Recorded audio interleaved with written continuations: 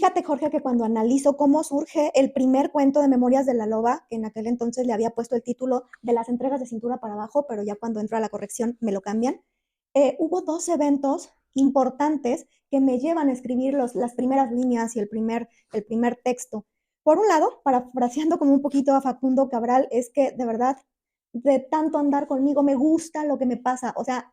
yo vivía historias que para mí me parecían tan ricas, tan increíbles, tan profundas, que yo decía, es que esto necesito contarlo, esto necesito compartirlo, pero también sabía que no podía contarlo tan fácilmente porque tal vez las personas no lo comprendían. En ese punto de todo lo que me acontecía, tanto como con pacientes, amigos, conocidos, parejas, todo me parecía tan fantástico, tan rico, tan intenso y tan pasional que merecía ser contado. Eso era una de las partes importantes, esta necesidad de contar esa historia que yo estaba viviendo. Pero me sucede en aquel entonces, un poco antes del 2018, a lo mejor estaríamos hablando 2014, 2015, me sucede algo extraño que muy pocas personas conocen, solamente las más cercanas,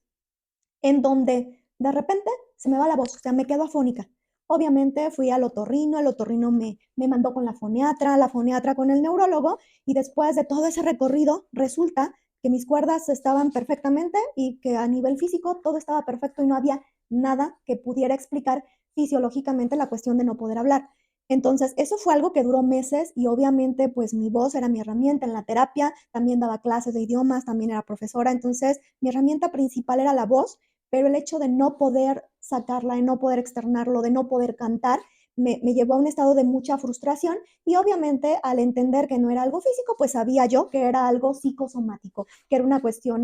emocional que estaba impactando en la parte de la garganta.